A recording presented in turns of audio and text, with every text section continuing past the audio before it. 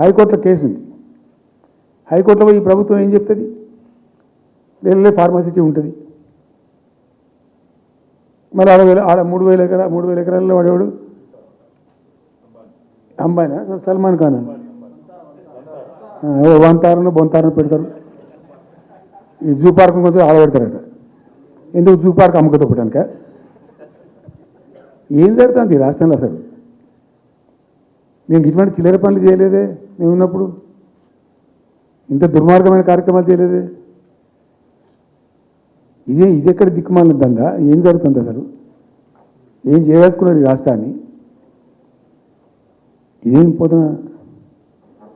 So ఇట్లా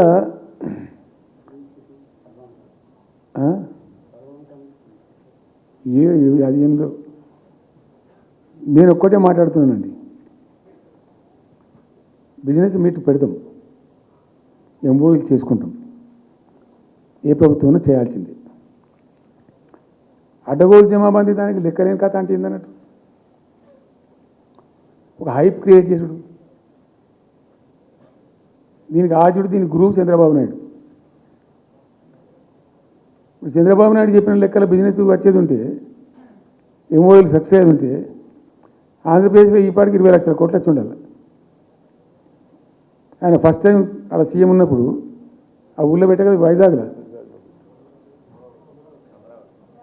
అమరావతిలో కాదు వైజాగ్లో పెట్టిండు. వైజాగ్లో ఎవరు వెళ్ళి ఎంఓయూలు చేసిన వాళ్ళంటే వంట మనుషులు అని చెప్పిండు.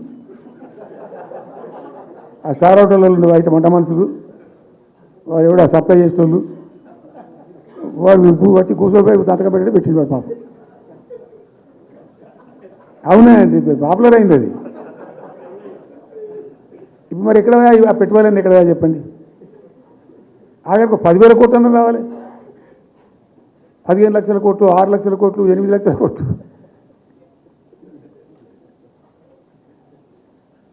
అయితే అప్పుడు తమాషా జరిగింది.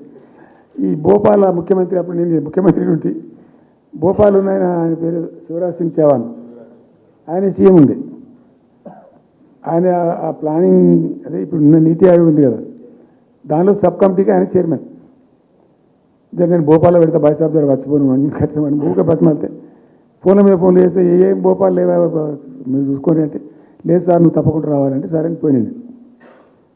అయితే ఆడొక ఇండస్ట్రీ మినిస్టర్ ఉంది, వాళ్ళ గవర్నమెంట్కి ఉంటారు కదా, మరి చెప్పే చేసుకో.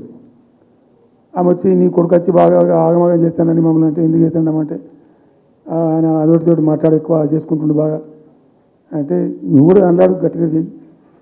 ఆమె వసుంధర రాజే చెల్లెలు, ఆమె పేరు యశోధర రాజే అన్నది.